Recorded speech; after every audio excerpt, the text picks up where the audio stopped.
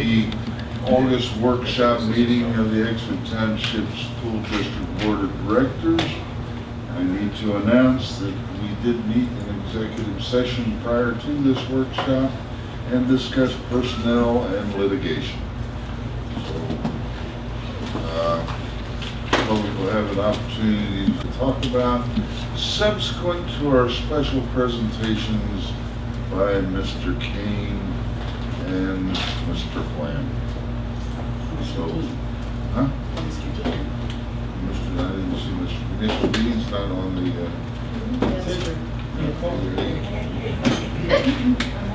He'll have to go through a cocaine to get on there. Got another break. Oh well. With no further ado, the illustrious high school team. Wow, we're illustrious. Is that good or bad? Anyway. Oh, good evening, everyone.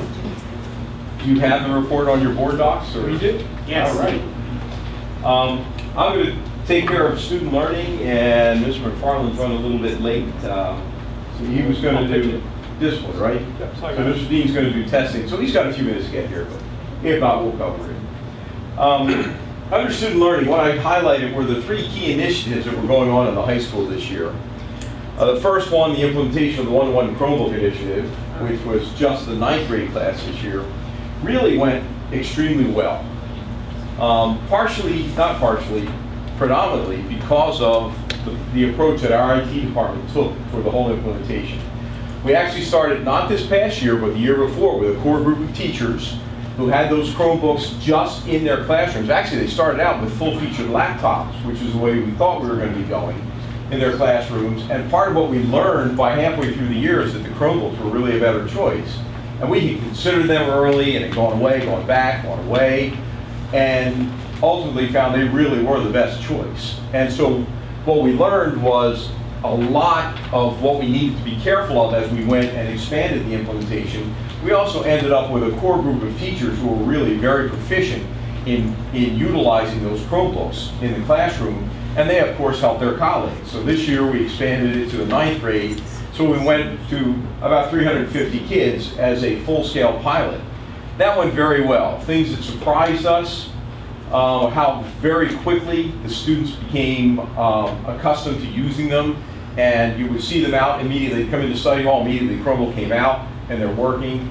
I would be leaving school at 5 at night and the kid sitting on the floor in the lobby working on his Chromebook, waiting for his parent to pick him up after his sports practice. Other things, that we had very few problems with them in terms of damage. There were a couple. No real thefts at all. We had a couple that were picked up by accident because every one of the carrying cases looks alike, and even though they had a tag with their name on it, they pick them up quickly sometimes. And they were very quickly retrieved. As far as problems with kids using them when they shouldn't, really no more than you would expect with a textbook in the classroom. It just really became common everyday classroom management. So for this coming school year, we'll be expanding now to the other 3 grades. We've been distributing the Chromebooks for about the past week. I know Mr. Dean has done a couple of stints. I've done a couple of stints in helping out. I know Mrs. Godish was there one day helping us distribute Chromebooks.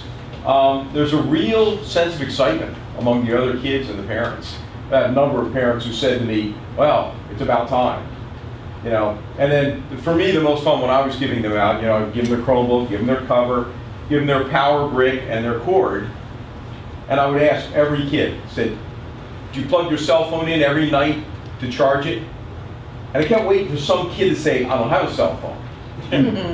One kid. I was there for 3.5 hours. One kid said, I don't have a cell phone.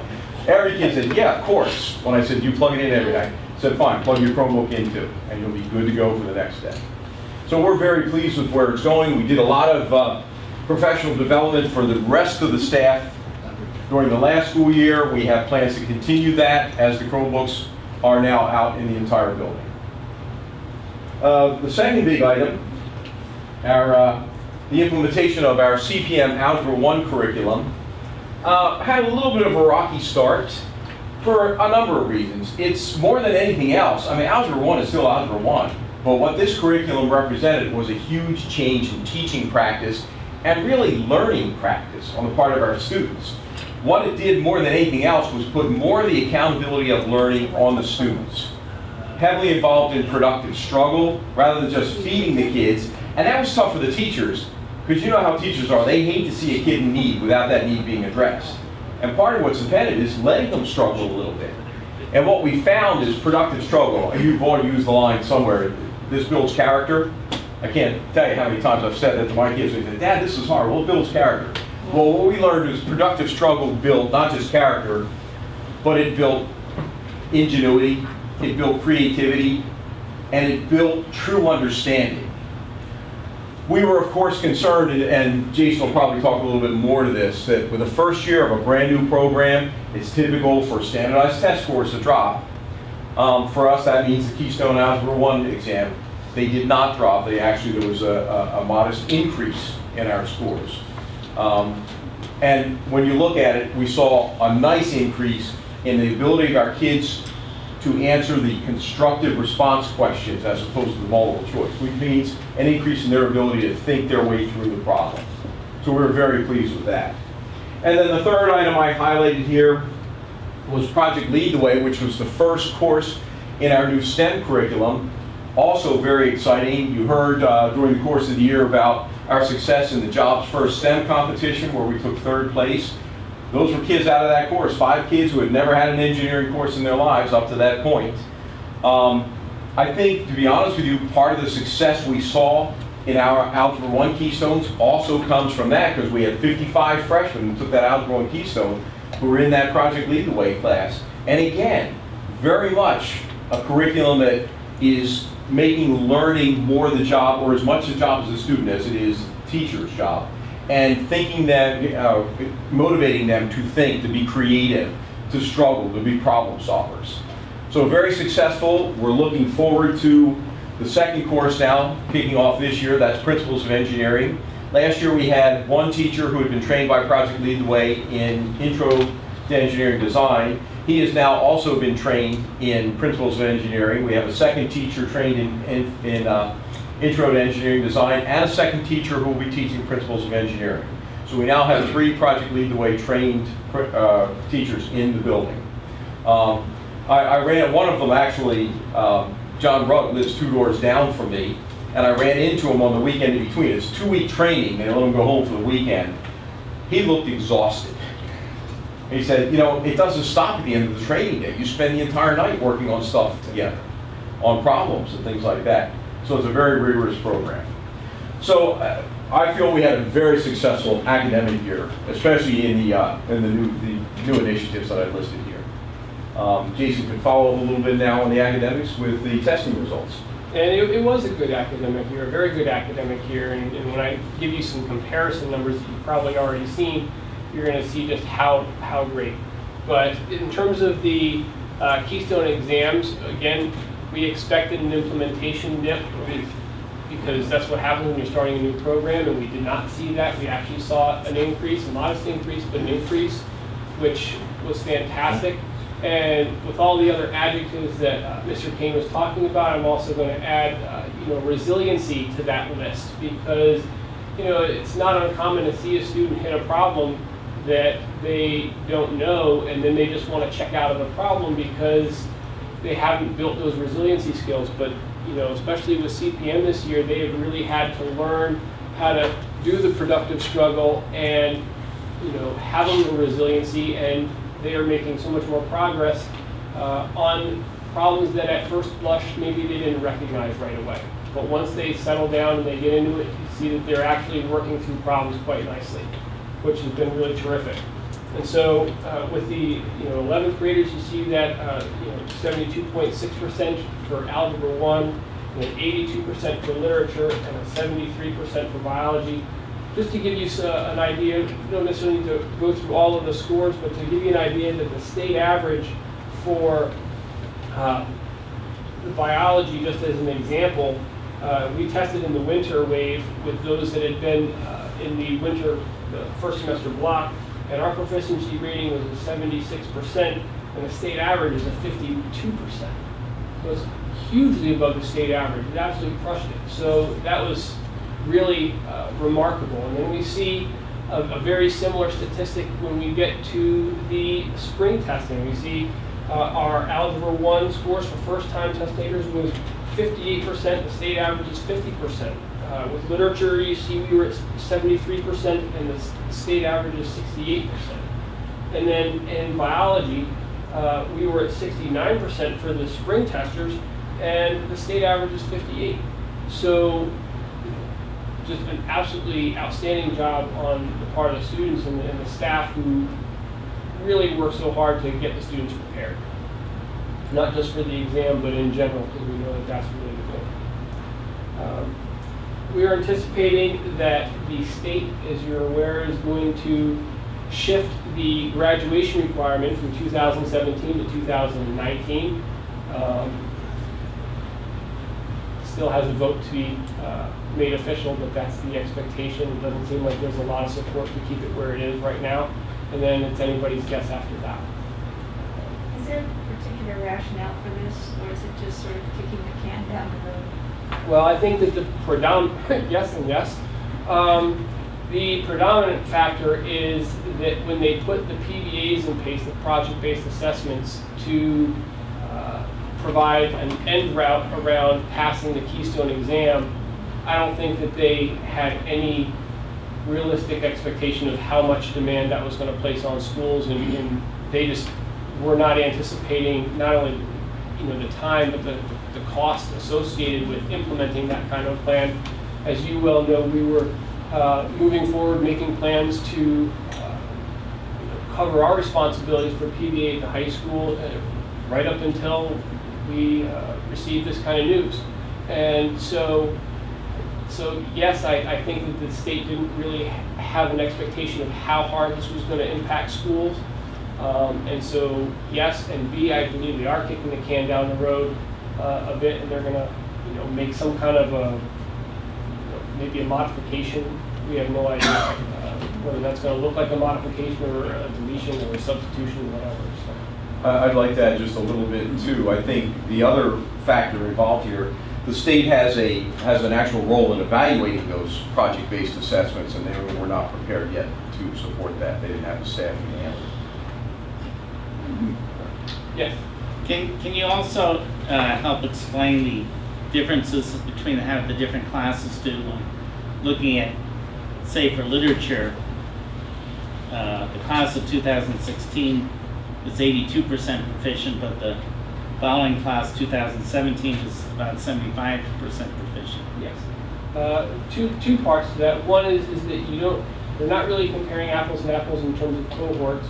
But the other component to that is that you see the class of 2016 has had more bites at the apple, so to speak, to be proficient, because they have had some retesting that has taken place.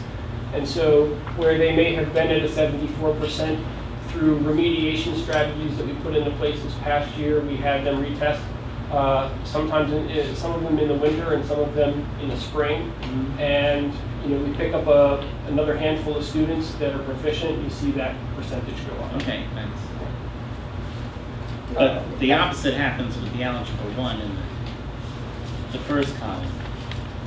I can address that. Yeah. We spent a lot of time working with the math program. That was probably the one piece of data that I was looking at in particular, because I worked pretty closely with the teachers, and I'm so ecstatic to report that that's a significant improvement for first-time test takers in 9th grade. Mm-hmm. So that is for, the number in front of you would be, the class of 2018, 68% proficient would be for the first-time test takers in 9th grade and their peers who took it in 8th grade as well.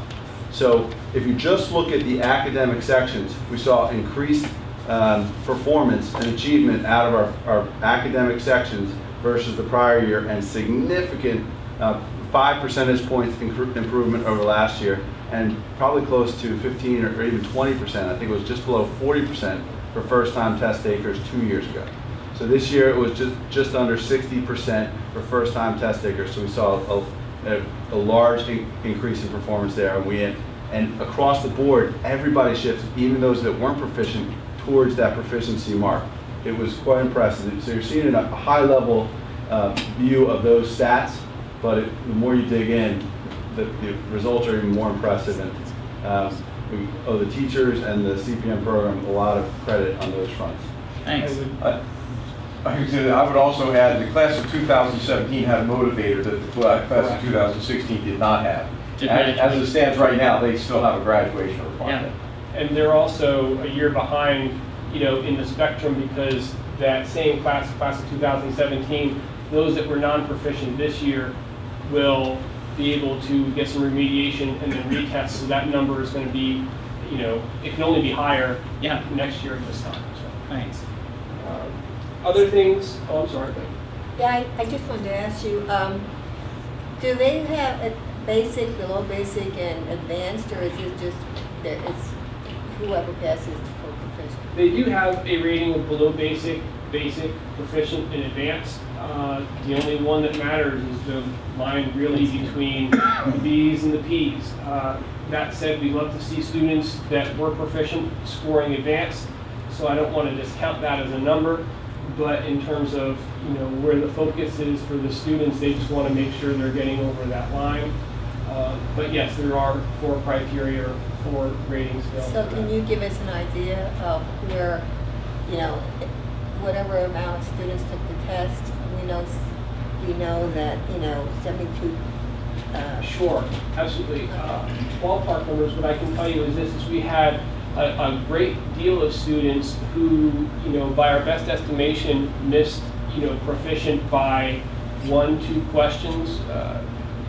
There was I forget what the number, you and I batted around, but there was a good number of students that really fell within that couple of 1-2 questions difference, which we would call the bubble students in that respect, that were just on that fence, that were basic, not proficient. I will also say, which is an awesome number, is that when you look at the below basic numbers, which I don't have here, but the below basic numbers were hovering around 4%, and which is, you know, really phenomenal when you take into consideration we go through such lengths to test every student, and our attendance rate or participation rate for the Keystone exams is really high. And so to have only a 4% below basic, and you have to remember that that includes every student in the building that would take a Keystone exam, that includes people that are in alternative educational placements, and it includes people that are in our online programs at home, that also we would call and get them to come in and take the test as well. So when you factor all those students together, 4%, that was really phenomenal. And because we were pretty diligent about walking the testing sites and making sure the students were on task, and if there was something that was irregular, we were made aware of it. You know, you have 1 or 2 that are kind of disaffected, that maybe didn't give the test 100% of their effort. You know, I can account for probably 3% of that 4%. So that tells you a great deal about how that's a really great number. How about advanced? Advanced were 20%. Are you talking about algebra, or? Yeah, I was talking about the Yeah, we can certainly get all those numbers, Yeah. Dr. Martin, to give to you that. Yeah, What was interesting, though, for the 10th graders taking the biology test the first time, we had more advanced than we had proficient. So of that 70, What's that number? 74.9%. about 37% of them were higher. We had more advanced than proficient. First time I've ever seen that happen, BSSA or Keystone. And you're not seeing that in biology hardly anywhere, which is really fantastic. Ones that know it really know it. Yeah. The other. So you, when you said proficient, you're including proficient. Proficient and advanced. Yeah, the state, for their purposes, for ratings and all of that, they're either proficient or they're not. Right. Which I means understand if they that. are, they're proficient or advanced. If they're not, they're either basic or below. Right, okay, I understand that. But I think it would be very helpful that if the community knows that we have quite a number of students who are doing a phenomenal job, if they can, you know, if they can be advanced, you know, if they test advanced in these tests. And I think that would be a great thing, you know, for the community to know. Okay, yeah, those numbers are available, I can certainly get them to Dr. Martin. And if I'm recalling correctly, the students who are advanced are a positive factor on the school performance profile score. Yes, you Correct? actually get a bump. You get a couple of points extra or something if you have X number that are A advanced. couple of tenths, actually. All right, not even a couple of points. A couple of points would be really nice. Yeah, all right, well, But first there's my a bubble bonus bill. for I'm sorry. So then, your remediation program for these kids, it's not just grill and drill them, I take it. Carol, I can't hear you. The remediation program for the kids, I'm asking if it's more than grill, or however you said that combination. Yeah, It's much more targeted than that. Absolutely. They're aware of what areas, what anchors and standards that they are deficient in, and those are the areas that they are targeting. Because frankly, they couldn't afford to drill and kill a whole year's worth of math. They need to be very targeted in their approach. I will point out, though, that the biology numbers are really phenomenal because there is no remediation in biology. Just because the certifications are so specific, I don't have the staffing to run remediation for biology until they force me to. But with math and literature, any math cert, any English cert, so all of the teachers do a little bit of help with remediation. So have you got any idea statewide of what their below basic, kind of their below basic is in terms of percentage, seeing as how ours is so remarkably low? But yeah, that's the bottom point. Again, those numbers are available not as a cohort type of thing, but on a test event basis, and I can supply those to Dr. Martin. I was as just well. curious because you're right, 4% is just an amazingly low. I mean, thank you very much. It's kind of a moment. Yeah, we're pleased. Right. From good news to great news, we can talk a little bit about advanced placement exams. And we had 109 students that took a total of 186 exams, okay, which is 6 more students and 24 more exams than last year. So we see an uptake in students that are actually signing up and taking those AP exams, which we hoped for. And even better, that 74% of the students who took the exam scored a 3 or better. And the state average is 68%, and globally that number is 60%. So we're well above the state and global averages when it comes to doing well on the AP test exams in terms of getting that 3 or higher. How are these compared over the last 3 years, specifically in the literature For the AP score? the AP is actually a little higher than last year. The overall percentage of 3+ across all the AP subjects is about 2% lower than last year, but higher than the previous 3. So overall, we had a slight drop, but that can be accounted for by the fact that we had kids taking more tests, more kids taking more tests. The literature actually went up a little bit this year, and we're seeing we changed the sequencing a little bit. We used to try to set up the schedule so a student could take AP language in the fall and then AP literature in the spring, and we found that our literature numbers were dropping because they just couldn't fit them both in. So we started now setting them up so that they take AP language in the fall of junior year and then AP literature in the fall of the senior year, and we're already seeing an increase in numbers. We had an increase this year, we already have an increase for next year. So we're seeing that sequencing works much better for the kids. Because if you're taking both AP Lang and AP Lit in the same year, you have 12 books to read over the summer. So God help you if you're taking any more AP classes that have summer reading or summer assignments. Like biology, you're growing plants in the summer if you're taking AP biology. So yeah, we tweak those things as we can to try to give the kids more of an advantage, and that one seems to be working out. I know that this is going to be a pain in the neck request, so I'm going to ask anyhow. I'd be disappointed if you hadn't. Oh, okay. You know, a few years ago, we did a correlation between the student grades in the classes, the classroom grades, and their AP scores. And I was wondering if that might be possible to do Absolutely. again. that it was, you know, it's fairly revealing, good and could be improved in a sense, and that would be really nice if you could do that. Okay. Appreciate it. Yeah, that's not really all that difficult either. I know, because somebody sits there and just pushes a button on your computer. Well, Up to a point. I can get all the AP scores individually down as a spreadsheet, so that all I have to do is go through and plug the grades into the same spreadsheet. We have an easy comparison. I'll be happy to do that for you, Karen. So is it just the students in the 11th and 12th grade that take the APs, or can some students in 10th grade take AP courses? Oh, we have students in 10th grade. AP Biology is 10th grade, and AP US History is open to 10th graders as well. So what percent of that population, the whole population, the student body, the like 10th, 11th, 12th graders, what percent does this represent the 109 students? Well, you're talking roughly 350 kids per class. So Is that like about 10%, maybe a little more. Is that statewide? Is that what we see, or I really have no idea. You have no idea. I really don't.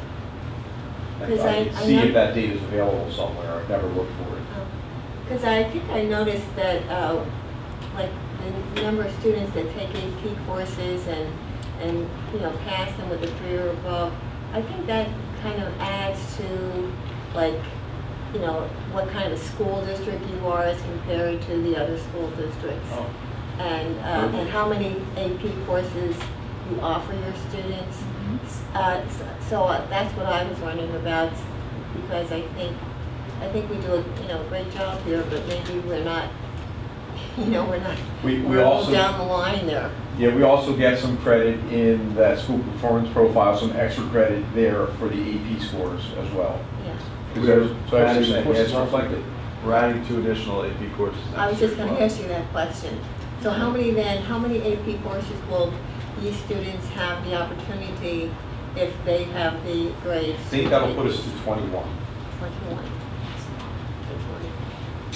In that case, then, maybe we should be upping the ante for them. Because we still, there are still schools that have kids who are coming with maybe 15 AP courses that kids are coming out of their school with. I know to me it sounds overwhelming in one sense, but clearly it's possible. And so hopefully because we're offering so many options, that maybe we'll just take more classes. That's all. It's a competitive world. Well, part of Carol is now we're moving to have the Algebra 1 offered in the 7th grade. That's going to offer calculus A, B, B, C to be offered now, calculus 1 and 2, which would be going on. And I think that's going to add some. And I think now that we're going to have AP statistics, that's going to add to potential offerings still. Those are we're adding the statistics is the new one this year. And economics. And economics, yeah. Our AB Calc we've always had. The BC Calc we offer it as an independent study. Occasionally we have a student who will take it, but it's only offered that way because we never have enough kids for a section, because again, they don't have enough room in their schedule to put them in. But with more kids taking Algebra 1 earlier, that's going to open up another year's worth of math for them. So I think we'll see that increase, as Jim was saying. I'm not trying to kill them off, believe me. And part of what you're seeing there too is in some schools they're offering AP US history in 9th grade. In 9th grade, and yeah. they have to take other courses that they would have traditionally taken during the year over the summer, essentially. There are creative ways to get there. Yeah. Okay. So the testing does not belie the fact that the focus is still our students. You can argue that the testing and results is paramount, but I would argue that the way you get that is by engaging the kids day after day after day, and that those results come from that. This was a case in point would be our student discipline. We have amazing kids. I just came from the high school where we're giving out Chromebooks because we trust our students, and saw last year our 9th graders handled them so beautifully, took care of them, owned them, and were very responsible with them. We're able to trust our kids. Meanwhile, while we're giving those out, 210 kids come in from band camp, and it's just an unbelievably fun, festive atmosphere. So the level of energy, the level of trust, and the level of responsibility we're able to put into our student body is fantastic, and that is where you start to see that the discipline, it's a good picture. And as a collective group, the three of us kind of talked about is that one noticeable trend happened this year where we started getting kids coming to us a lot saying this shouldn't be happening this way. And so some of our issues, which were not many, we were able to tackle in partnership with kids. That being able to work in partnership with students on a mature level like that is a real indicator for a great culture. And I think we're very proud of that. The stats that go with that are a result of that. We still have some work with a small subset of the group. We're still seeing some students who are cutting class too much. There was a little uptick this last year, and it frustrates the heck out of us. We're trying to tackle that. What's that? Can you quantify the uptick? It was about 300 to 400. I don't have the numbers in front of me, but 300 to 400. That's cuts, not students. class cuts. No, so that's 300 to 400. 300 discipline referrals from the prior year to approximately 400 this year. And that's just for kids cutting. For 180 days, so basically went from 1.6 cuts a day to approximately 2 cuts a day, over 180 school day. So you say that the overall number of discipline referrals continues to decline. What was the overall number? The overall number was, I think it was about 2,400, and it was probably 2,500 to 2,600 the prior year.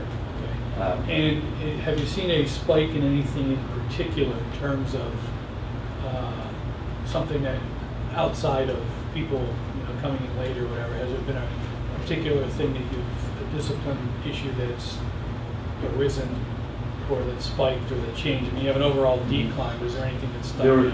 There were two things. One was the class cuts that I just mentioned.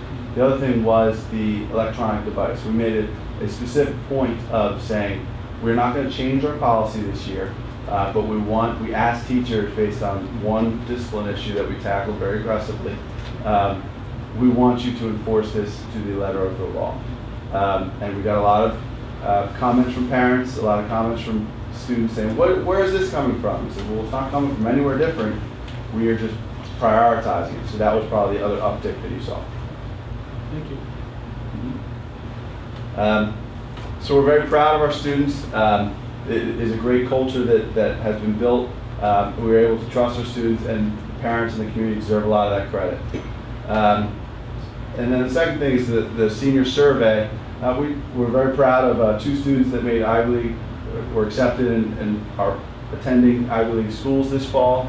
Our students are stepping up in their rigor in terms of their courses that they're selecting and their approach to academics. And we're excited to continue to work on that trend because there's always work to do to push and challenge kids and keep them engaged at the same time. So what was the percentage of your students graduated going to college?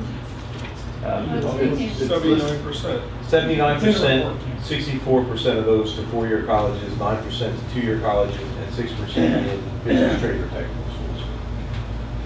Was that? Almost identical numbers to last year. I was going to say. Almost identical to last year.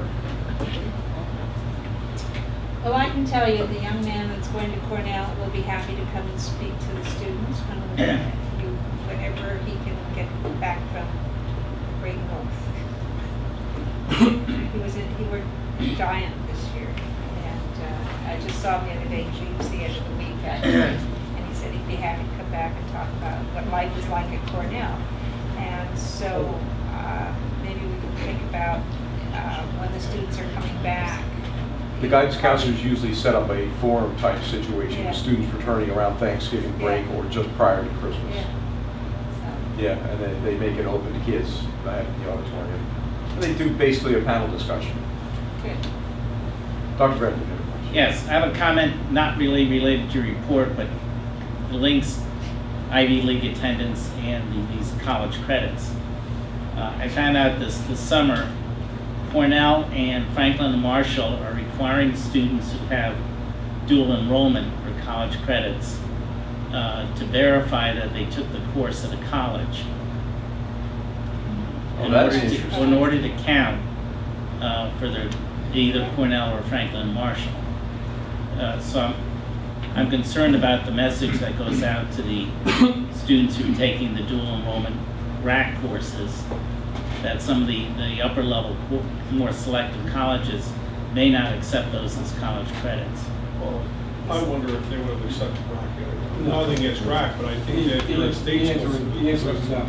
They've never accepted. Even if they went to RAC to take the course, they probably. Yeah. There are private schools in the state that They won't are take those, accepted. won't accept them either. Yeah, that's something I'll talk with the guidance counselors about, and at least make them aware of that when they're counseling students, because that may make a difference for a student in terms of making a choice between a dual enrollment or an AP. Yeah. Because they may get a more favorable look at the AP class from that same school. Right, depending on the score. Right, of course. Yeah, but I had to face that with my children too, AP versus RAC credits. So it's just something I wanted to share.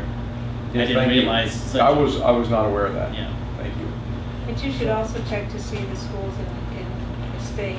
The state schools, I think, Are required. are required to take them, They're but they're the Yes. only ones that are required to take them. And Yes. so, Yeah, I think that's the only place where there's a reciprocating That, agreement. that was the plan. yeah. Bob, I know we want to cut to the chase here. Can I just ask 2 more questions? Or were you going to ask one? Sorry. What was the percentage of the class that graduated last year? Pardon me? You know the percentage of the class that graduated last year? I do not know for sure. I'd have to go back and look at that. I know the year before we were like 96%. Because that's another one of those things that goes into the school performance profile. I have not looked at it yet for sure. We're typically between 95 and 97. Yeah, there are a lot of them. I know that. I saw them, they walked up. Yeah, they all walk past us. Yeah, I get writer's cramp from signing diplomas. Well, maybe this was out already. Do you know what your enrollment's going to look like next year? Are you up, down? Do we have any? The overall enrollment in the building will be down because the incoming freshmen, the class that went out was about 355 who actually left. There were some who are coming back because they like us so much. About 355 actually leaving. I think it's 317 coming in the 9th grade class. But then the class behind that is back up around 350. Do we see how It's do like we the do it anti-bubble with some class. as we pick up? I think we're pretty level. We lost some, you know, what's hard to determine over the summer is how many you lose. Because they don't go through us to disenroll. They go through, I mean, they go through their school, but, you know, they go through, they have the registration here centrally at this building. They don't they might leave a message on the machine at the school saying, hey, I'm sending my kid to whatever, we're moving. So it's hard for us to get a handle on how many left versus come in. So it always looks like it's up, and then you find out that, oh, this kid left, you know, et cetera, et cetera. So it's kind of hard to tell till school actually opens, particularly with the high school. You guys don't know who's really there or not there for the first week, really, in a sense. Because, It's not quite that bad. well, I mean, and during the first week, there were always a few. Gee, have you seen this kid yet? for about 20 kids or so, you don't know for sure, are they coming back or are they not coming back? We haven't heard from the families. I don't Right, mean the right. whole school, but at least for Especially some of the super seniors. yes, exactly. Just 2 other questions, and I'll ask Eric the same questions when he presents. But any work, first of all, we all know that Tom Legath stuff got done this summer because we see the text. But did you guys have work in your school that hasn't been done? I mean, the maintenance work, whatever your school was targeted for, has that work progressed? We had 2 major projects in the school as far as buildings and grounds. One was the new STEM lab for the principals and engineering course, and that is complete.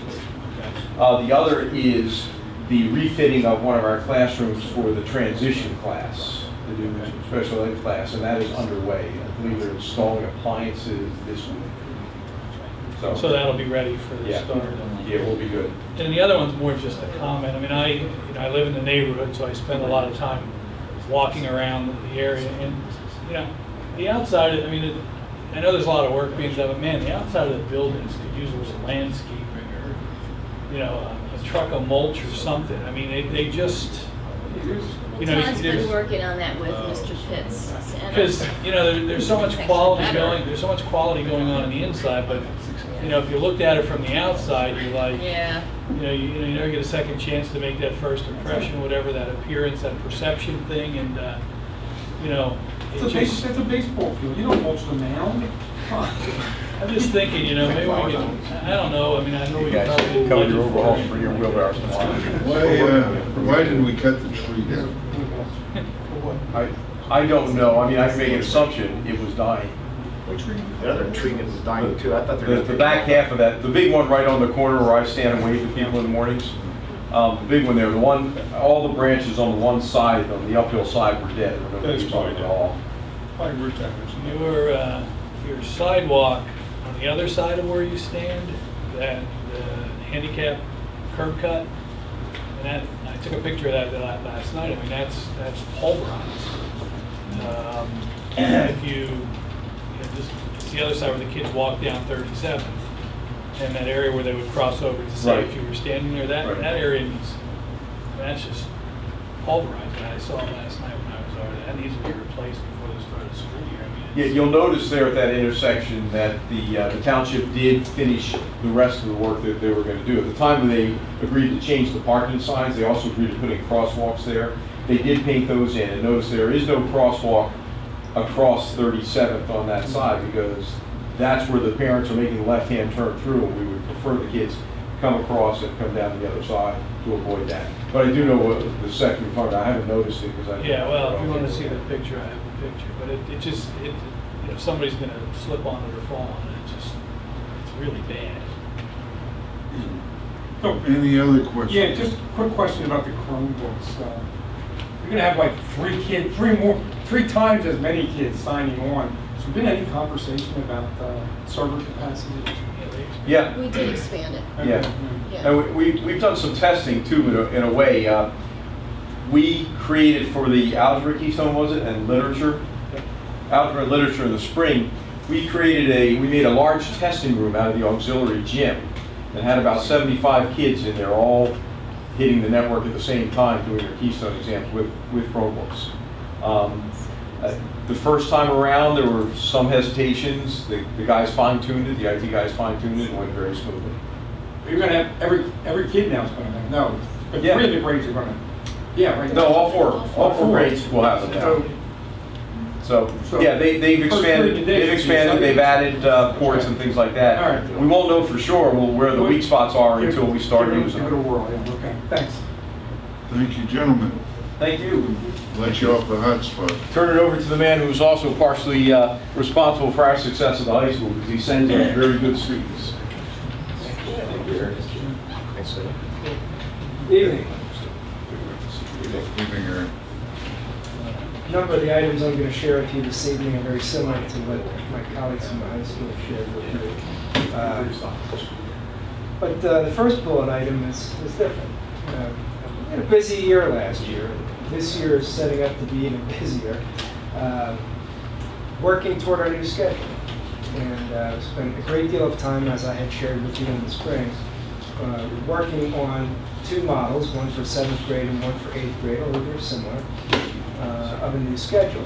Had the opportunity to sit with Dr. Reddick again in July to talk a little bit more about the subtleties of the schedule, lunch periods and so forth, and how we can offer students as much as possible. Had a good session with him.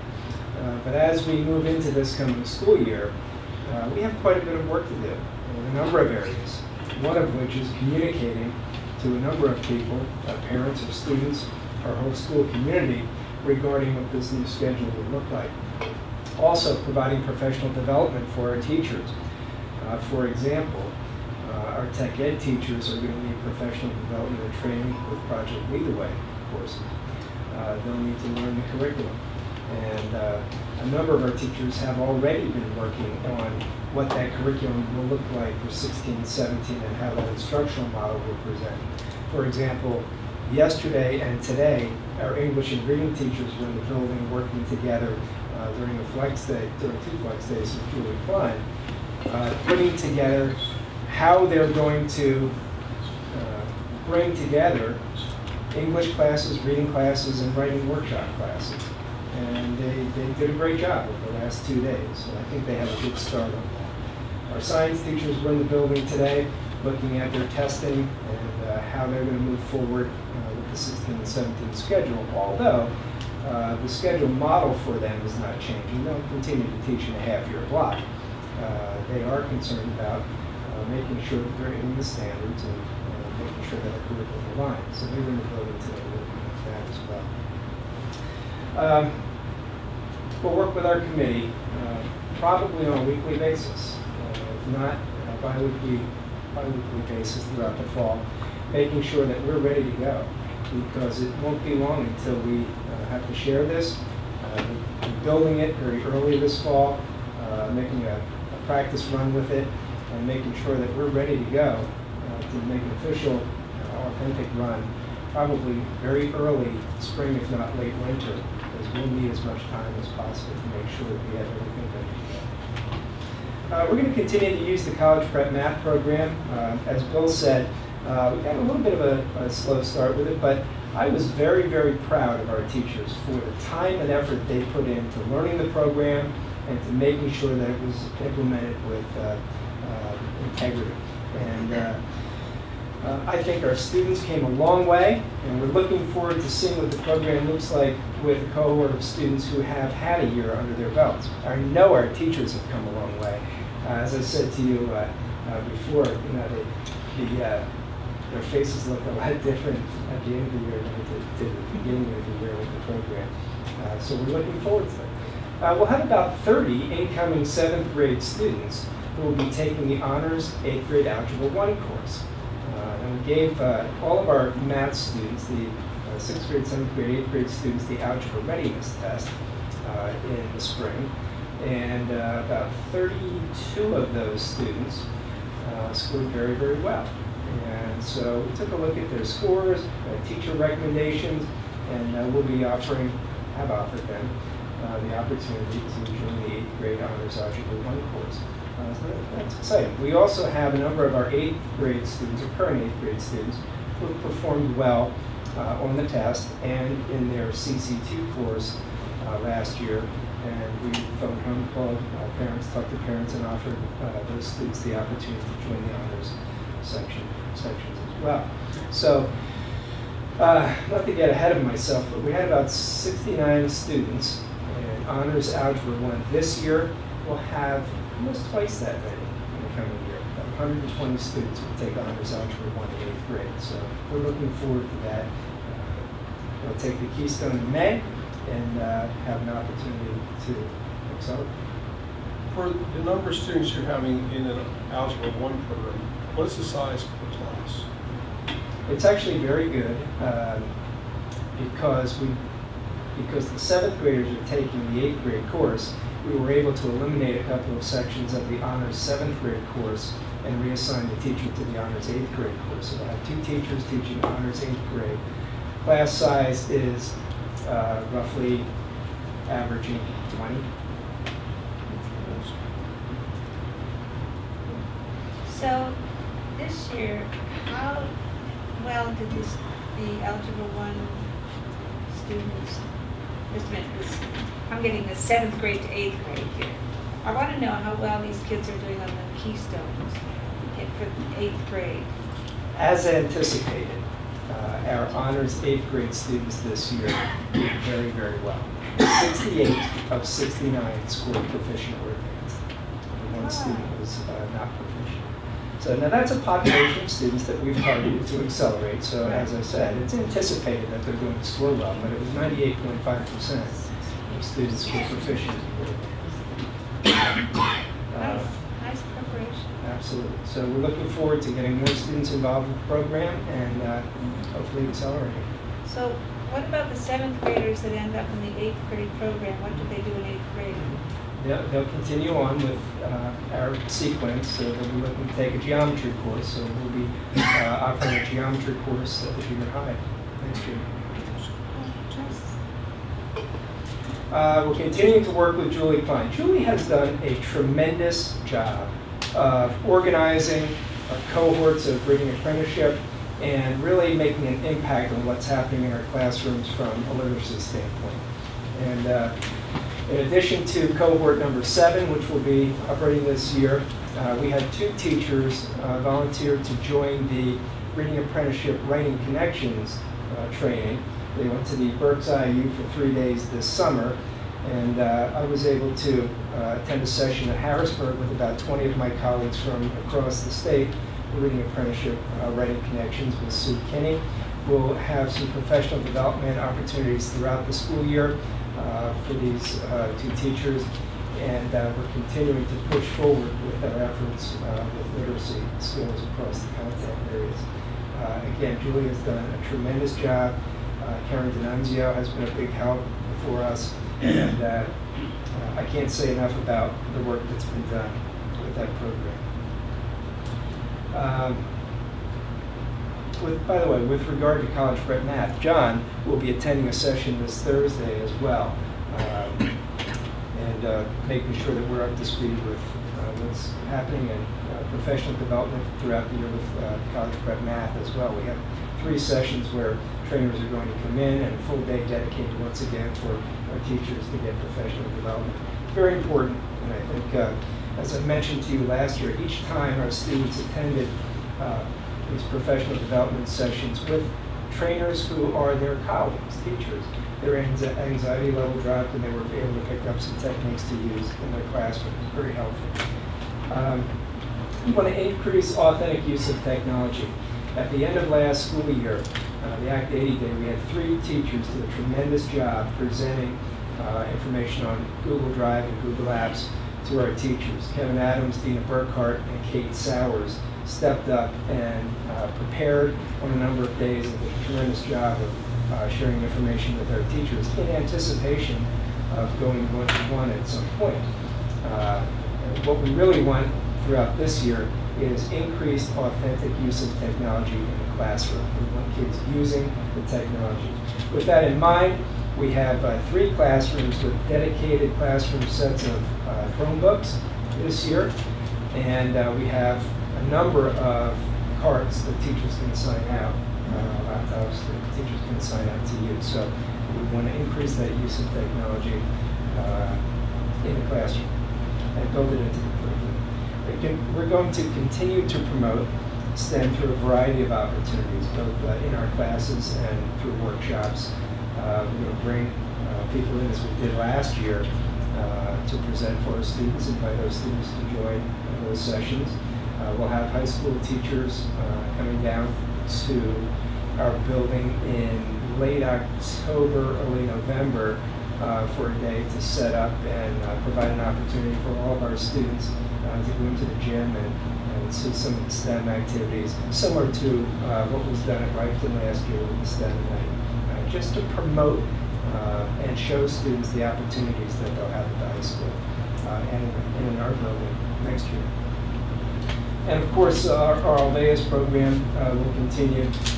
What a great success it's been. You know, it's hard to tell really through numbers what an impact the program has had, but I can tell you for sure the feedback that we've gotten from a number of our parents has been very, very good. And it continues to be a vehicle for which we can talk about anti-bullying with parents when they come to us with some concerns with their children.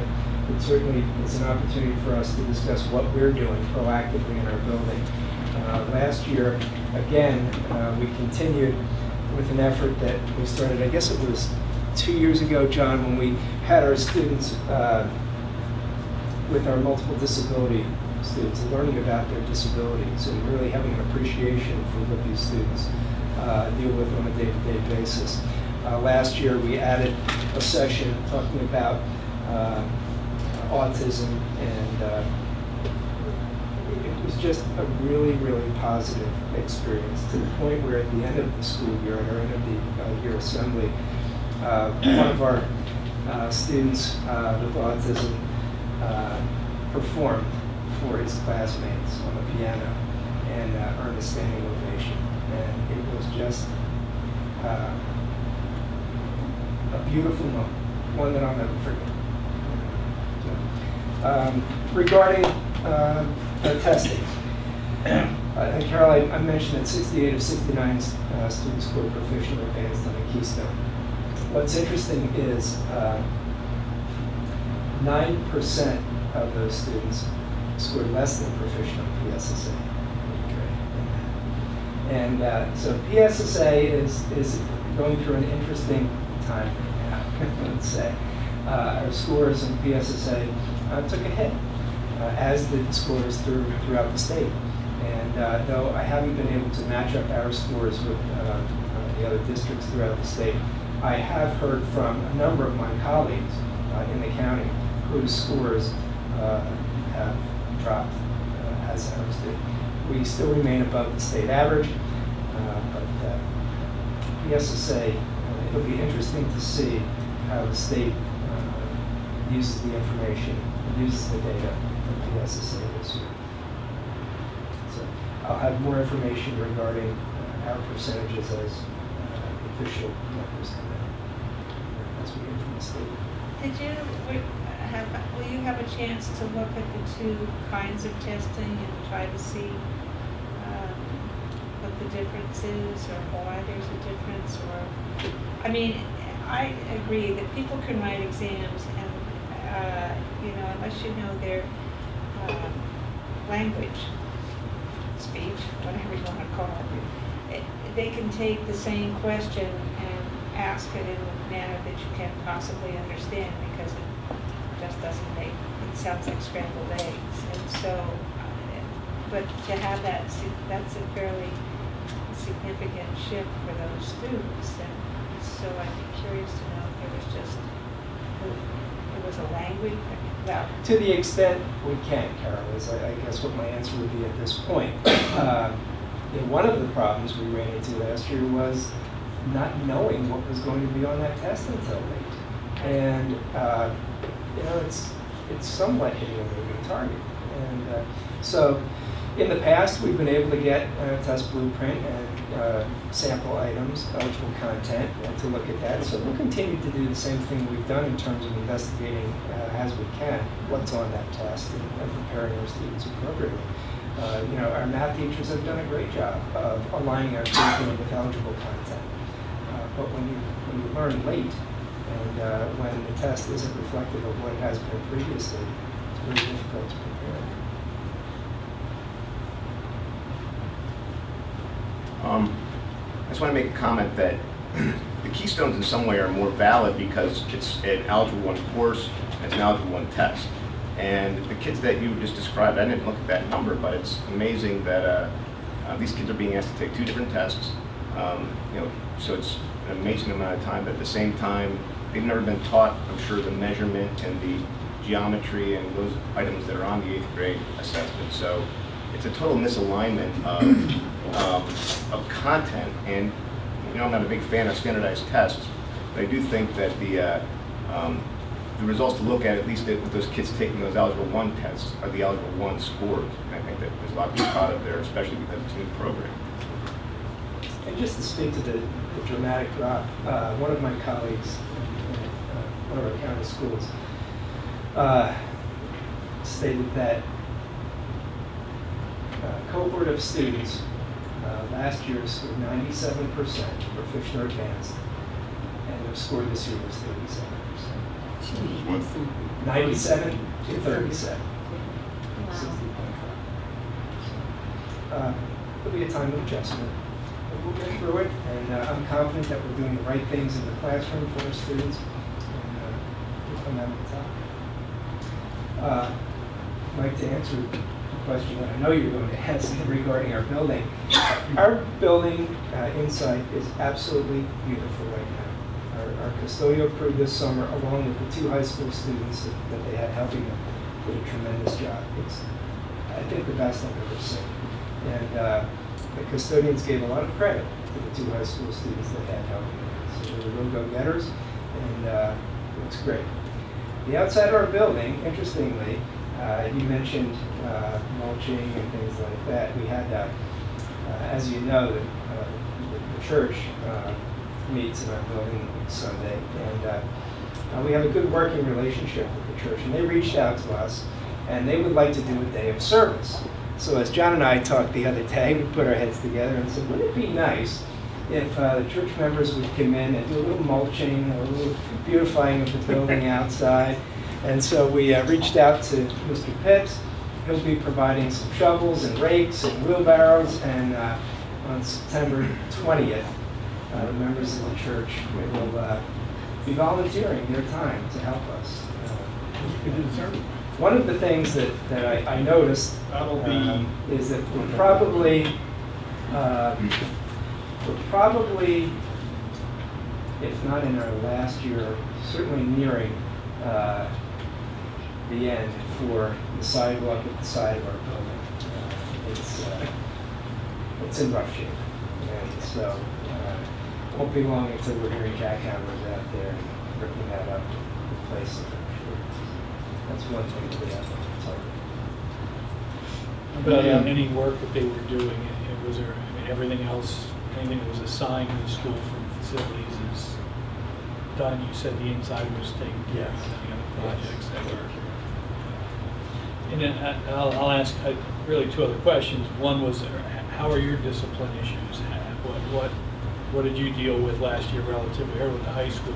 I'm going to defer to John for that because he wrote the report and has that. It's a good question because I remember standing up here last year and Pat had complimented the building and said, you know, I have to hand it to you guys have done a tremendous job with the numbers that went down. And I remember saying to you, Pat, I said, it really has nothing to do with us. It's the kids and the way they were born and raised.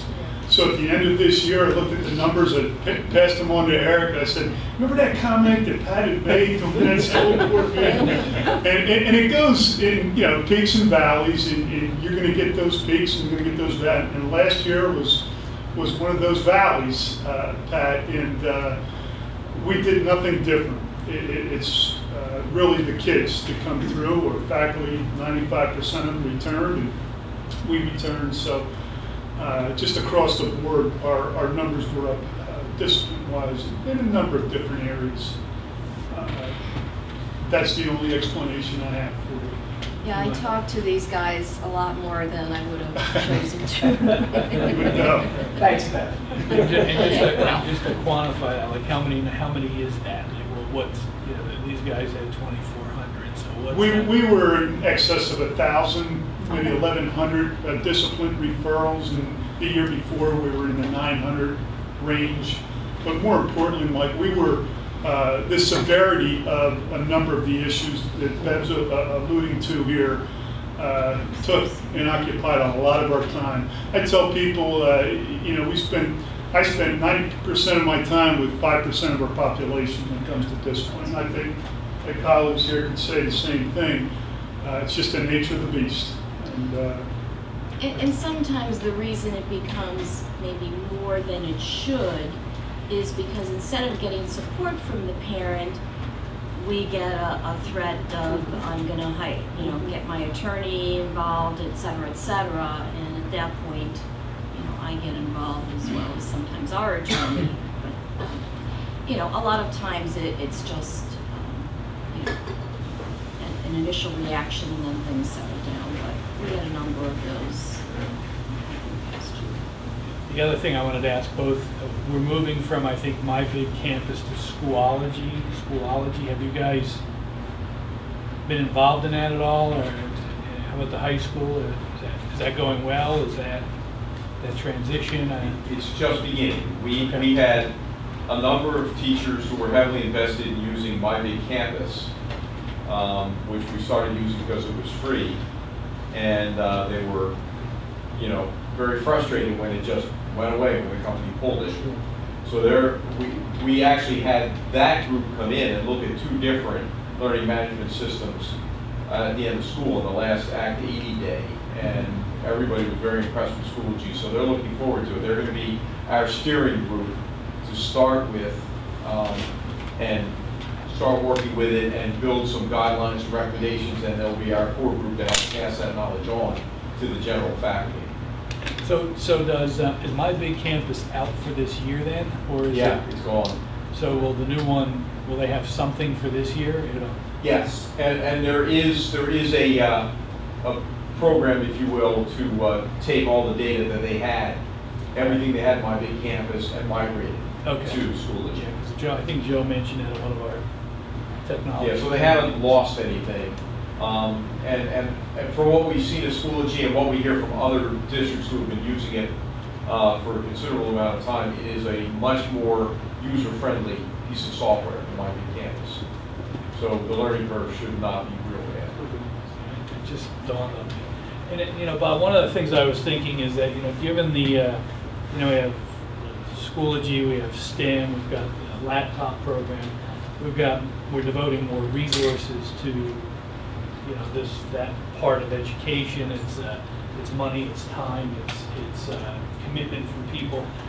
You know, I wondered if maybe in September or something we could just sort of get an overview for the whole board and the community just about our commitment to technology and how deeply it's becoming embedded, you know, into our education program. Just, you know, we're going to be making decisions come budget time again that are going to be more and more dominated, I think, by these technology requirements. We're going to ask teachers to do more, to change the way they're doing things, and I think it would be helpful for us maybe to make some of those connections. I mean, I know we hear it. Well, we've talked about having a technology committee meeting in late September, early October, once the kids get the Chromebooks, and maybe right after that would be a good time to come to the board. Yeah, that would be, whatever you guys think. I mean, I think I'd like to see us do it at a full board versus Yeah. a committee meeting, because I think we're all more. Joe normally makes a presentation. Pardon me? Joe normally makes a presentation. Maybe we can He does. I think his tends to be lean in the that a little spring, more in toward January, not just technical side, but the integration into the programs, and maybe he can do it that way. Maybe he can swap his report with someone else for an earlier position of the year instead of the winter time. Maybe some of the teachers could come over and show us what they're doing, so that people like me could understand. Well, they also, How would that suit? What are you looking for? Carol, that's a rule check. You know, it's almost like you know, that 30,000-foot view. It sounds like the what is philosophy that Vision, we yeah, talked about in yeah. our leadership retreat. Yeah, it does. I could help with that. I mean, depending on what it is. Could you two take that for action? Pardon me? Could you two Yeah, take we'll that? Any other questions for Mr. Flynn? Yeah, but a comment about this. Recently I've really read some ugly things about people's perception of the value of professional development. Yes. And I think if you're gonna give them that view, I think professional development has to be part of that view. Every place I've ever been where technology initiatives have failed, the reason they've failed because we just haven't trained people properly to get the utmost out of it, you know, to get the most out of this stuff. And I know we're committed to professional development, but I think at this point, because of some of the things that I've seen recently, we need to make sure that that piece is an integral part of us moving forward. Sure. Anything else for Mr. Flynn? Thank you, sir. Thank you. Now's the moment for the any comments from the gallery. Hunter, why would I not expect something? I don't want to try and draw time out, but in terms of My Big Campus, and it's more of a discussion starter, I guess, and I'd be more than happy to listen to any comments that either the principals or assistant principals have as well. When I was a student using My Big Campus, to be completely honest and frank, I almost saw no value of it. That value could not be achieved through similar programs like Gmail, other than test taking and quiz taking on My Big Campus. And I don't know if there have been updates or with other programs if there are different services that they offer. But in terms of communication, I know of no colleges around here that use programs like this other than email. And if that's just my naivety, I'm not sure, but Albright uses only Outlook for our communication. Otherwise, you take pen to paper or you do presentations through the services provided by Outlook, which are free PowerPoint options, free Word options, free Excel options, things like that. So I don't know if there's things that I'm missing in this, but when I hear about it the first time, and from my experience, I didn't see a whole lot of value with it versus what you can get out of especially Outlook or Gmail.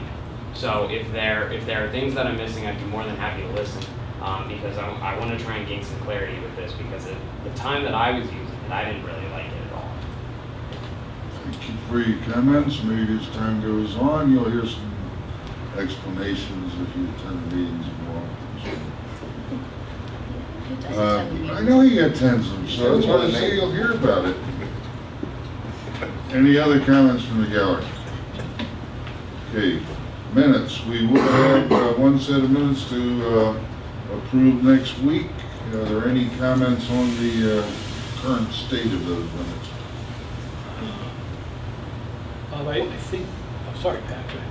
I think when we were talking about the program that Hunter was discussing with us, I think I made some comments on it because I remember about the tax credits. Remember I asked you, I said I wasn't sure, and then I deferred to you, Mr. Quitter, about do they get, they make improvements in their property, can they use that as a capital whatever, and you said yes. And I think that wasn't, and I also expressed my opinion that I did not feel as if I would be able to support any kind of newer initiatives.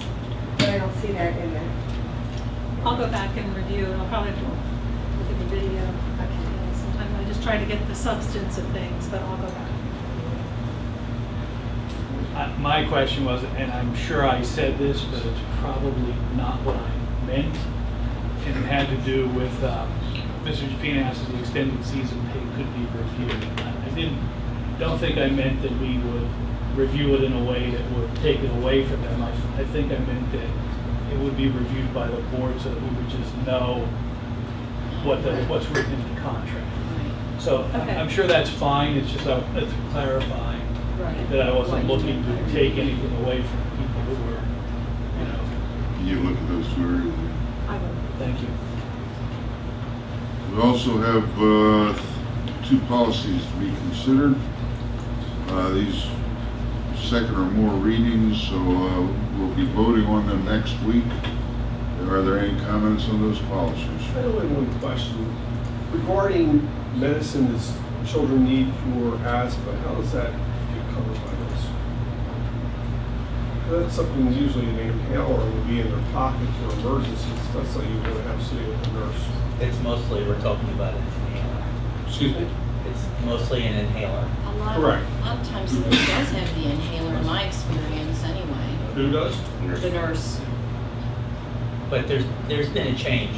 In our last policy, we had put grade levels where people could carry an EpiPen or, in this case, an inhaler.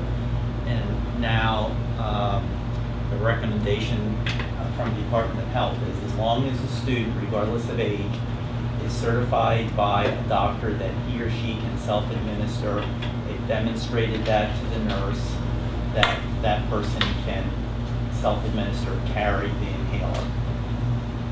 Is that what you were asking? Yeah, I was just wondering to make sure that's covered inside our That is policy. also covered by statute too, Don. Both Yes. the EpiPens and the asthma inhaler. Exception. Oh, I missed the exceptions, thank you. Page 3 My takes mistake. addresses. Sorry. Any other comments on either of the policies? We will be voting to approve those next week. Moving on to business functions, Mr. Brady. Next week, we'll be considering the following measures. First measure will be the 2014 per capita tax bills. We will be recommending that the Board of School Directors exonerate Exeter Township School District tax collector from the collection of the remaining 2014 per capita duplicate for St. Lawrence Borough, consisting of 190 delinquent per capita or $1,900 of unpaid taxes and 123 exonerated per capita bills, and authorize the district to submit the delinquent per capita bills to Berkheimer Associates for collection. Prior year consisted of 198 or $1,980 in delinquent per capita and 132 exonerated per capita bills. Next item, are any questions or discussions? And do we ever, then when we turn these over, do we ever get any of them to give us, is there any percentage you have that they give us, as far as collection? Well, Berkheimer does a very good job of collecting. I can get you that information for next week as far as what the, per year they collect. But yes, we do collect for they do.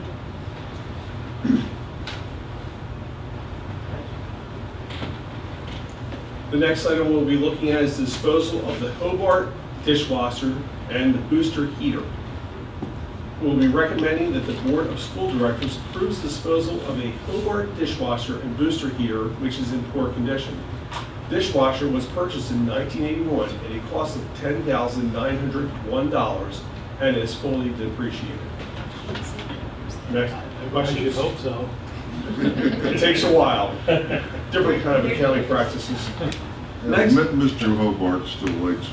Is there any recycling that is done with that, or is it just handed over and put in the landfill? Well, what we'll do is work with the company that's putting in a new one to take it away. And do you have any idea what they do with it? I'm sure they would recycle it and salvage any parts that are salvageable. Send it to Central America and let's give it to the Central American kids to live in. That's terrible. Our next item the next item for discussion next week will be the 2016 Pennsylvania School Board Association officers and at-large representatives. Information related to this is contained in the link, which is the www.psba.org/about/governance/electing PSBA officers/PSBA officers election slate of candidates. If you care to look into that, we will have a discussion at that time. That is the end of the items I have for this evening. Trying to memorize that link.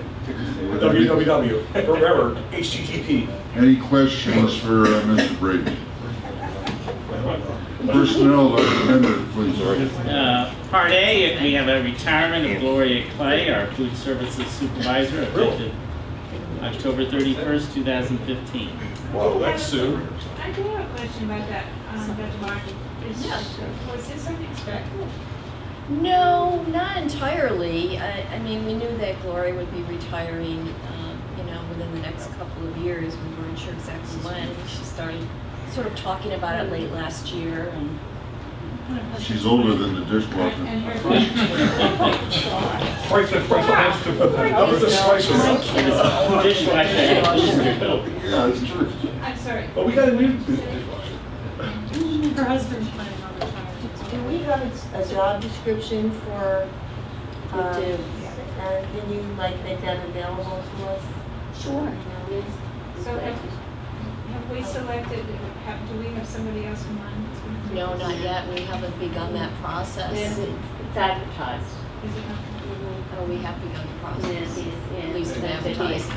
Yeah, send it to TASBO and PSBA. Is this going to be a challenge to find somebody for this position? I don't know, we'll see. Well, maybe you can get the cook that was up in, was it Hamburg where we went for our? Oh, yeah. Wasn't that a fantastic meal? Yeah. Can we take the one from Muhlenberg? So we need somebody who has culinary experience. We'll take whoever is the best candidate. Yeah, the There are state, certain requirements yeah, as has far put some as. new requirements Yeah. on. They have to have some, yeah. Different, 3 or 4 different variations. Yeah, degrees and experience. Degrees, experience, certificates in food service management. Yeah. Our next item is the resignation of Kelsey Hawkins, a high school Spanish teacher. It says effective date to be determined. Yes, because the replacement we've gotten for her is being held by, you know, the domino effect. Yes. The lady that you're going to approve in the appointments is most likely, they told me today, going to be, they will hold her until they get a replacement, so that could be the 60 days. I was gonna say, they can't hold her any longer than 60 days. Correct. I think. Yeah, Oh, so Kelsey Hawkins is willing to teach until, well, she has to. Well, it doesn't matter. Yeah. She'd Yeah. prefer not to, I guess, if she wants Yeah, to start. she's going now with Jay Roberts. oh, Yeah, oh, we're holding her. yeah, Okay, yeah. Yeah, we're determining the date. yeah, thanks. Could be a while. Yeah, 60 days. But on the other one, they're determining the that's date. right, that's right. Well, Yeah, part C are appointments, people coming to us. Yeah. And we have certificated staff, support staff, school health services, and extracurricular staff with attachments. and next week you're gonna see that Alexa Schaefer is also to be determined. We learned today that her district in West Perry is going to hold her. She wants to come home she's from Fleetwood and she was out in West Perry, so she's leaving a permanent position out there to come back to long-term sub for us. So that's going to be determined. They have not released her yet, given us a release date. I've asked for number 2 for Tammy Hughes. Just, it says Lifeton Certified School. Yeah. I think That's nurse is probably, Oh, should be Yeah. inserted there. yes, Yeah. it should be. A school, that's right. And actually, technically, she's replacing Julie Kugler, not Susan Blankenmiller. Right, right. So In we'll other have words, to, there's not much left that's right. well, it is Tammy Hughes, and the salary is correct. Yeah, And she is going to Lifeton. Okay, all right, I just. yeah, we have to fix that, yeah. Yeah. We'll make the corrections for Tammy. Thanks, sir. Our next, Can I just ask a question? Betty, there are sort of unwritten rules around nurse-to-patient ratio, and there's unions that are Yes. pushing for Mhm. nurse-to-patient ratio. Are there any The- ratios in the School law. district for nurse-to-student? Yeah, well, the law Yes. dictates that, Certified school nurse, you must have one certified school nurse for every 1,500 students. We're well within that.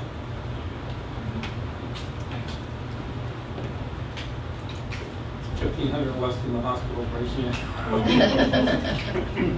Part D is change of status of support staff.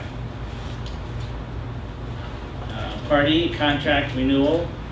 I'll read that as recommended. The Board of School Directors appoint Todd M. Davies, EDD, to a 3-year term as Assistant Superintendent per terms and conditions specified in a properly executed agreement for the time period April 2nd, 2016 to June 30th, 2019.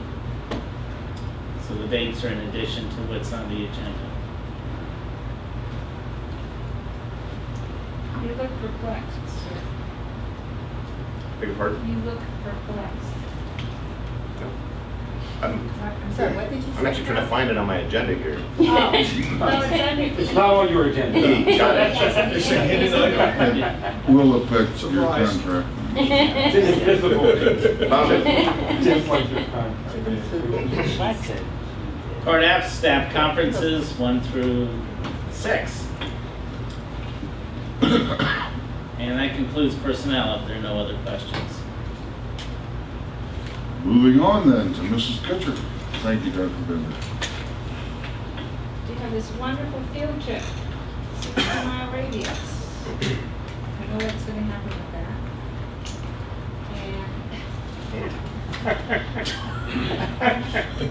And Should we ask Nell how many days will be missing from school? It's on the agenda. It says one Right day, ahead. and I thank you for That's putting it there.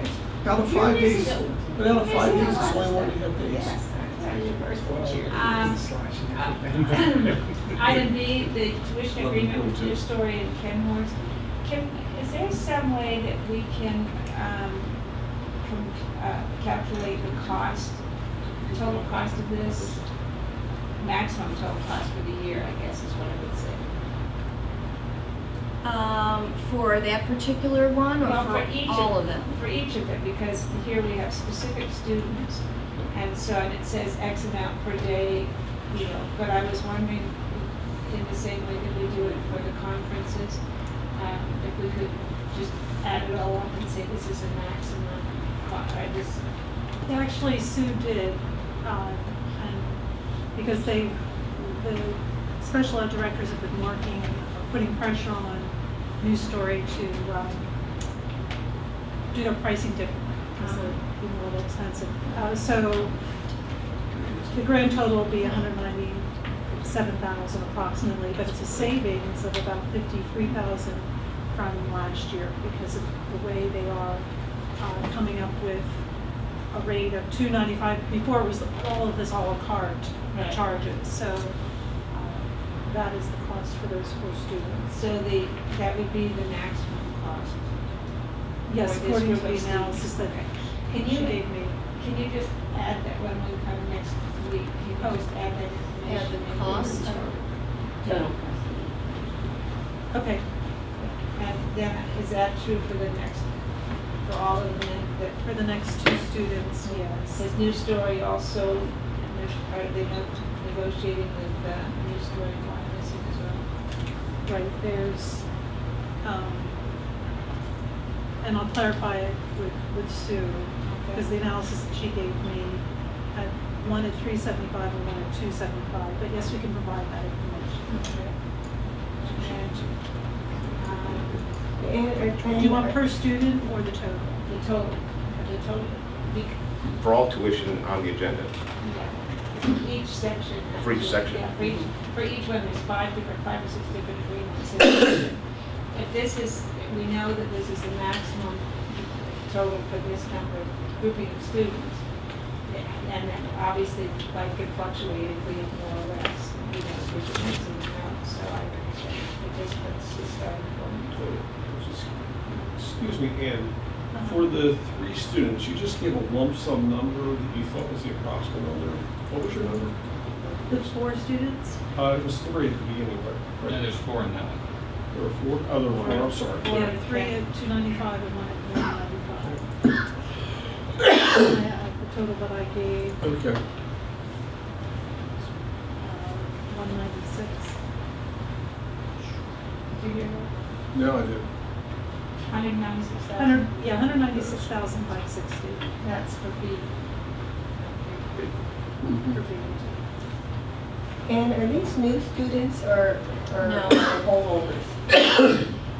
Returning. Returning students? All the students that we None have of there? these are new. So, what is News Story? What type of students do they take? What are the There's 2 new stories.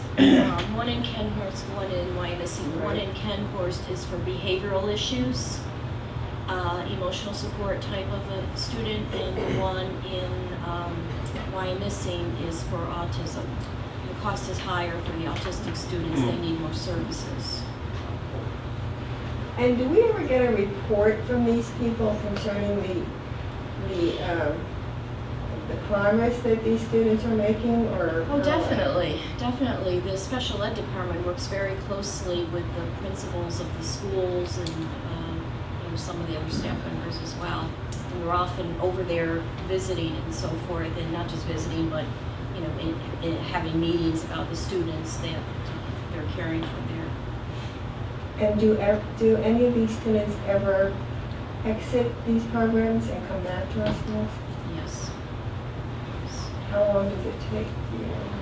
It totally varies by student. If you have a severely autistic student, they may not, or it may take much longer if you have a mildly student with emotional support needs. It might be a year or so. Well, but maybe we can get through the year, find out if anyone would be ready to come back next year. Because the cost of these students are We get some back just about every year, but there's a revolving door. When you get a couple back and you send someone else sometimes. Well, as long as we can engage these students, maybe they'll do better. I am in agreement with the Hogan School Learning Academy for 3 students. Item E, in agreement with, I forget what NHS is. I think Dave asked it the last time. I think we decided it was National Health Services, something like that. Northwestern? Was it Northwestern? Northwestern. Oh. Okay. Why I don't remember that. For kids. And this one is an open policy, it's an open agreement for students who requires severe emotional and severe autistic support services. Item F.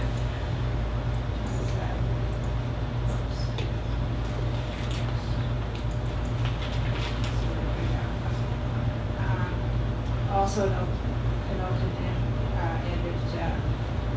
agreement for students who require nursing services with pediatric services of merit. So is that for a special circumstance? That's for a special circumstance for a student specifically who needs a nurse on site at all times to travel with the student because of serious medical needs. So that's 55 an hour for the entire school year for 5 days a week.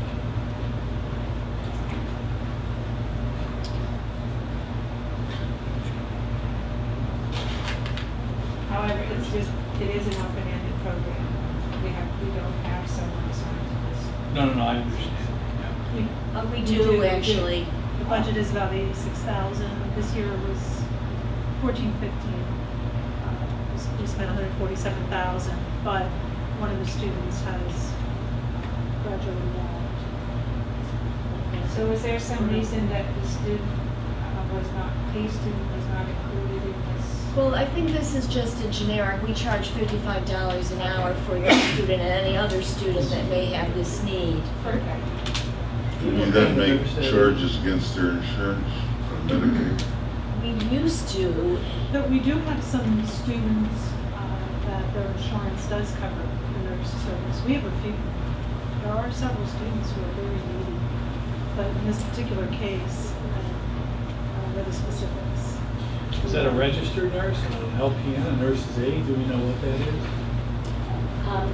Sue asked me for a job description for the nurse, and I asked her, was it for a certified school nurse or was it an associate nurse? She asked me for the certified school nurse position, job description. She's including it in an agreement. I think at the minimum it's an RN because sometimes they have suctioning. I'm not sure about certified. Yes, I mean, I thought it was, a lower level, but she has. Yes. I don't know that it needs to be a CSN, but it needs to be an RN. Yeah, that's what I would think. Yeah. I recall something from last year, and maybe you'll recall this too, where something about that there was more coverage on this, and that was going to be changing, where the school was going to have to take more responsibility for these costs because of the Affordable Health Care Act. Do you remember it on the start of last year? I'll have to. For other students you're referring to, whether their insurance? Yeah. It's a tiny bill. I'm gonna have to ask Sue about that. Yeah, I have to ask Sue as well. I just remember several conversations about this, that we were doing everything we could to try to avoid that, but it seemed to be tied into affordable health care somehow, that we might eventually have to take over paying for these costs. I'll have to ask.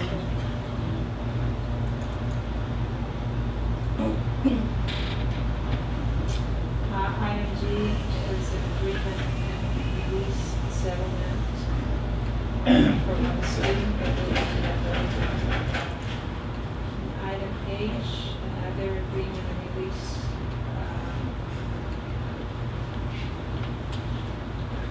contract with one student. For G and H, what's the period of years of these? Is this a 1-year agreement, or is this? Yes, G, I'm pretty sure is a 1-year agreement. I don't know that we could call it a permanent solution. This is the one that we're going to have more information on next week that we spoke about earlier, and as well as H. And the attorney will advise us as to which students which and what the options are. Thank you. Sure. Item I, we have a request from Ms. Lori Buck to allow her son Dalton's to attend the senior high school as a tuition student in 2015-16 school year. The student is coming from high school in county. He was a student here through 10th grade, and there was a move out of the district, and in 11th grade he went to Wilson School District, and apparently Miss Exeter was not happy there, to the point where it's become a real problem, and Mom would like him to attend here again and finish his school career. Unfortunately, because he wasn't a student here as a junior, he doesn't qualify for that senior exemption for tuition. But it's so important to the family that they're willing to pay the tuition. I'm going to assume he did well. As far as I know, he did, and I know he is anxious to get this approved because he is had been in the marching band and wants to rejoin, and they're happy to have him back. So we'd like to be able to tell his mom tomorrow that he can start with the marching band because they've already started. So can you do that without us formally voting on it? We had said we'd tell her on the 19th. Oh, that's right. Yeah, we said that she'd have to wait till the board, till the voting meeting, which the music teacher, the band leader said is fine. But yeah. I guess we can't make a special exception for that. You can't because it's hadn't been advertised as a vote. Is there anyone who's going to object to Mr. Spittler being? Conditional upon the voting next week. Just to give the band director and the musician an informal indication of which way it's going to go. I don't see any objections, so... Is there any problem if he's practicing and he's not an official tuition? As long as they accept the responsibility and I don't have to insure him, then as long as the mother will guarantee his health, I'd hate to have him trip over a yard marker or something. Do we have to get something in writing? Well, Who would be responsible for that? we can give him a heads up saying that the probability is better than 50%.